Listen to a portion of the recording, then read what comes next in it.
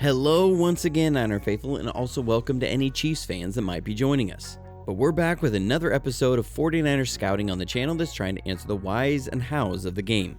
This past Sunday features a Super Bowl rematch and the biggest test of the year for a 49ers team that, to put it honestly, doesn't have the win-loss record they should have. They've underperformed, had a ton of injuries to a lot of key positions, and have blown two big leads.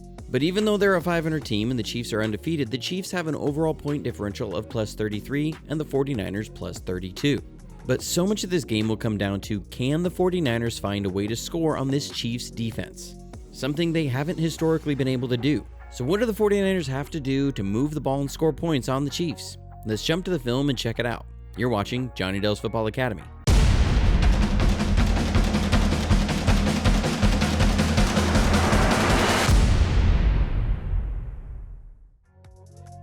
So I know a lot of people are wondering, are you going to look at plays from the Super Bowl?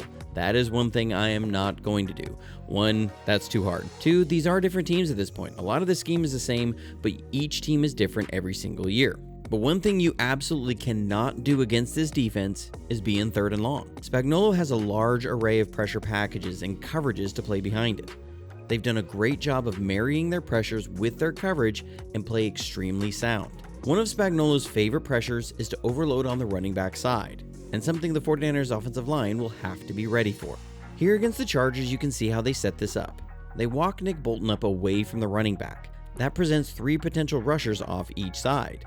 They're trying to dictate a center slide away from the running back and will bring two blitzers off that side and drop Bolton and the defensive tackle in coverage.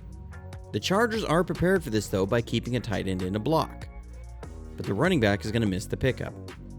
At the snap, you can see they're trying to overload the running back side, expecting a center slide away from them, but the tight end in the block allowed the center to slide towards the running back side, and they have the numbers to pick up the blitz. But the running back misses his assignment.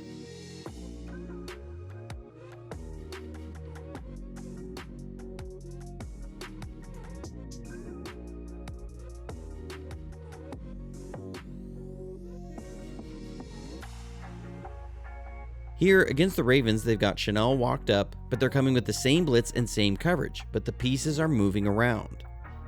Like the Chargers, the Ravens were ready for it by keeping a tight end in a block, allowing the center to slide toward the running back side and pick up the blitz. And the Ravens do convert a first down, but this was the only time all season that any team has converted a first down on third and long against the Chiefs when they bring pressure.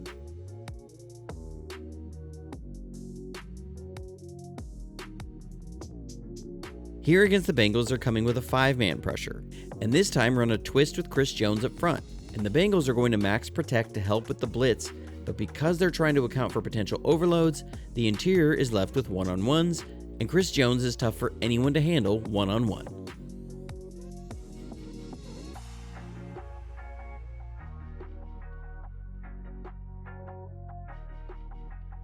Back against the Chargers, you're going to see they don't have a tight end in to help this time.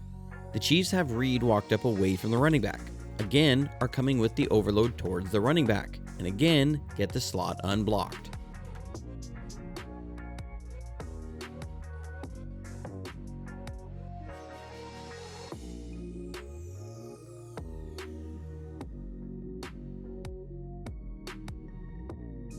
This is by far Spagnuolo's favorite pressure path, but they can come with it from a number of players from different looks. But they will also give you these looks and then sometimes drop everyone in coverage. And then sometimes they'll also line up and come with a zero blitz.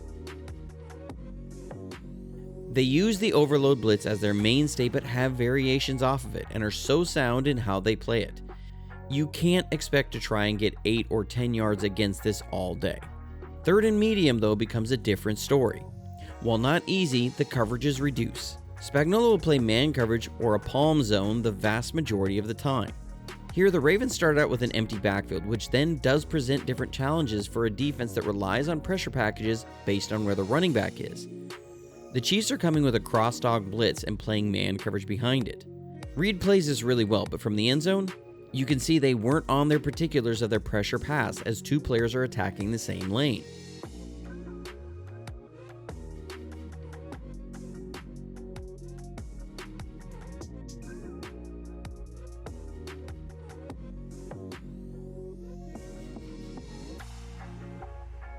So here against the Bengals, they're running man coverage, doubling Jamar Chase, and then having a deep middle help safety.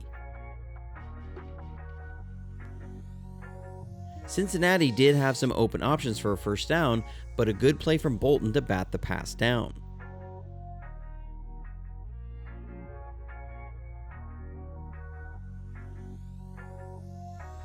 Again, against the Bengals, they're in third and medium to the goal line, and they're going to have man coverage, double Jamar Chase, and have a middle help safety.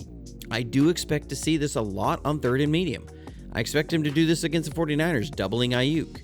So George Kittle, Ricky Pearsall, and if Juwan Jennings is able to go, need to be the guys to step up and win their matchups.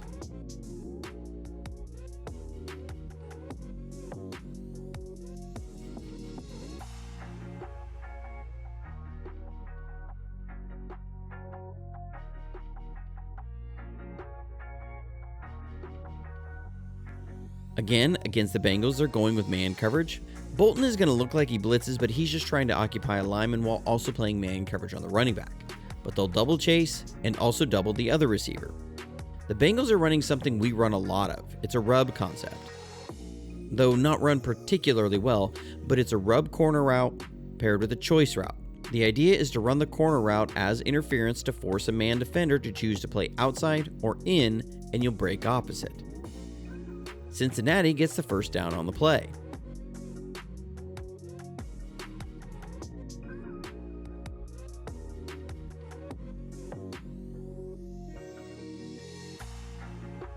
Against the Jets, we ran this same play.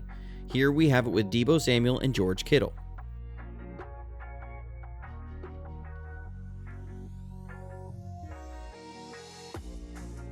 And Deebo nearly takes his play to the house.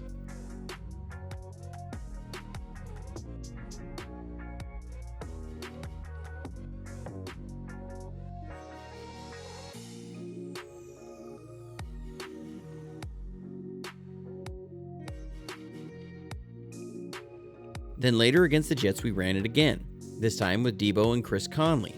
And Deebo is able to make a guy miss and gets an explosive. If you can win your matchups, get Deebo Samuel into these advantageous rub concepts, you have a chance to move the ball, convert first downs, and have a chance for some explosives. So if you can do that, you can force the Chiefs out of their man coverage on third and medium. And in those, Spagnuolo will turn to Palms coverage.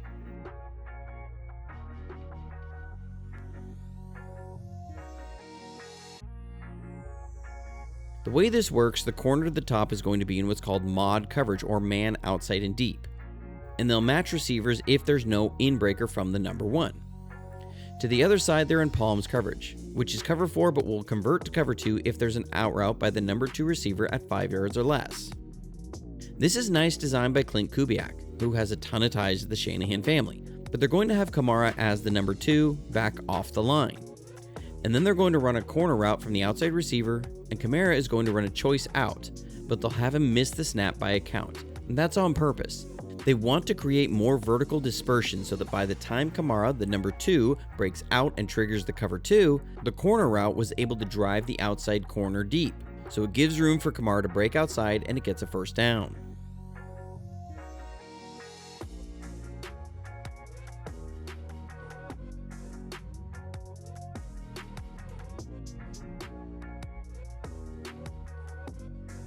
But again, Spags prefers man on third and medium, so it comes down to guys winning and separating.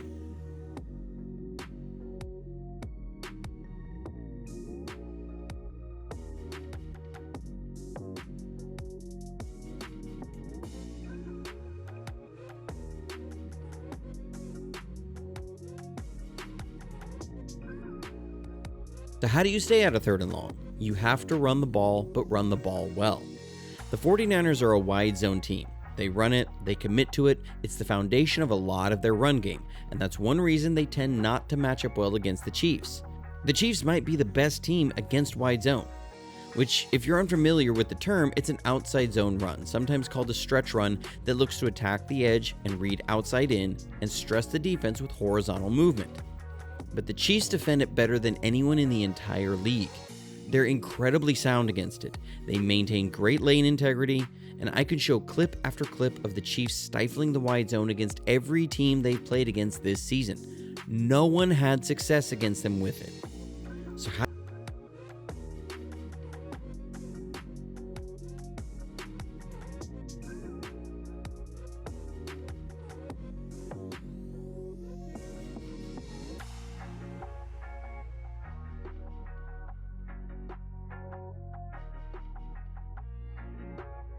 do you run the ball on them? Quick halftime before I answer that. I want to say a huge thank you to all the members of JFA49.com for your support. It's our members who make videos like this possible. A scouting video like this is a ton of extra time, and the direct support of members is huge to make that happen. If you like these videos and appreciate the content, please consider becoming a member today at JFA49.com. The link is in the description. Or if you would just like to provide a one-time gift, there's also links for that in the description below. But at our website, you'll also get access to all the review videos ad-free and a little early, as well as some new exclusive bonus content each week. So thank you for your support. But what's the best approach to running the ball? Inside runs are much more successful. Here, the Ravens are coming with the old counter lead. It's a power man play, you get down blocks, they pull a guard to kick out, and it's tough running, and they get some yards.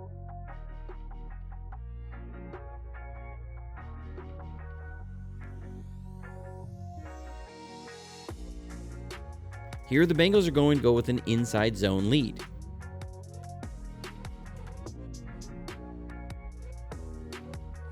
You see, they're able to take advantage of horizontal movement to create a big hole.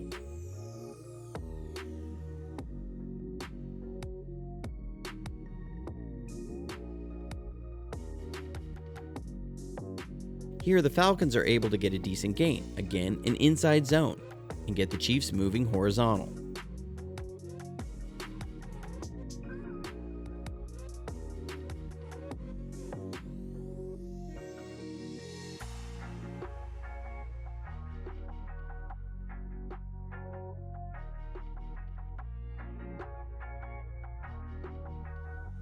Here, the Chargers are running a split zone, which will look like a wide zone, but have split blocking action, and the idea is to get the defense attacking the wide zone, but it's a read that is inside out away from the wide side. You can see the split flow action draws Nick Bolton out of his run fit, and they get a big hole for a nice gain.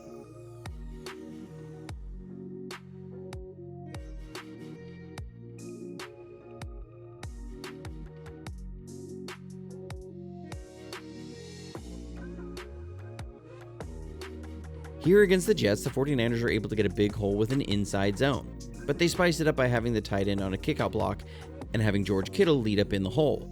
This is pretty much the same run as the inside zone lead that the Bengals ran, but dressed up differently.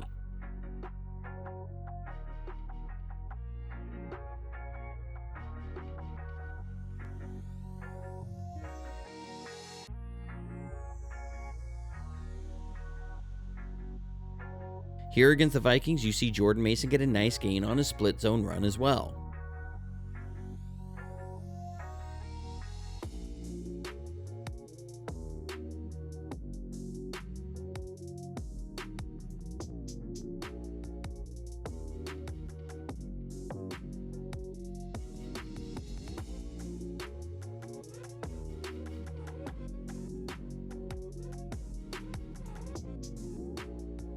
Here against the Rams, we get a nice gain off of a counter tray or counter trap.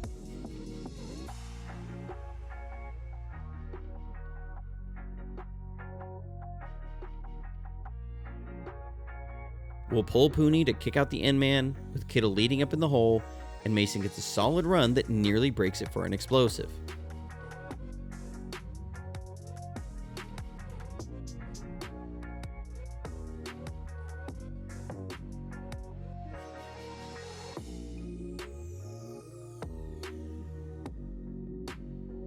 Then here again versus the Cardinals, the counter tray, and this time he's able to get the explosive run. The 49ers have the arsenal in their run game to exploit where the Chiefs can be run on, but it'll come down to execution.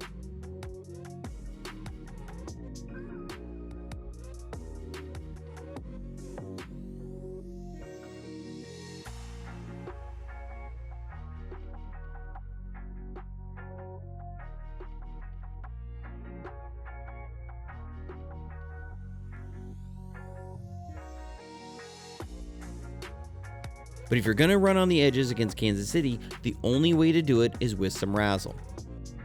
Drew Tranquill has been susceptible to some razzle this season. Here, the Ravens are able to get a decent gain on a wide receiver reverse by getting Tranquill to take a couple wrong steps.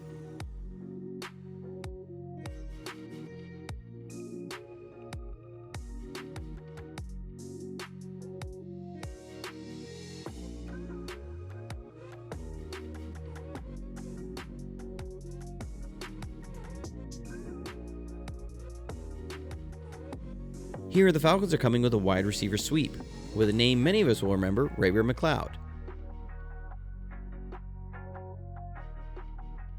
And the safety, Cook, can take some bad angles at times, and McCloud nearly gets a breakaway score. The game won't be easy by any means, and while what I've shown is possible, it doesn't mean Kansas City's just going to give up and let it happen. San Francisco will have to be on their details in execution and be ready for a fight. This is the best defense they've faced this season. If there was a spot in the Hall of Fame for assistant coaches or coordinators, Steve Spagnuolo would be a shoo-in for a future spot. Hope you enjoyed the video. Like and subscribe if you haven't already, and be sure to hit the notifications button to be alerted to when a video goes live. Get your game day tradition ready, and let's cheer on the 49ers to a win over the Kansas City Chiefs. But until next time, stay safe, stay healthy, and go Niners!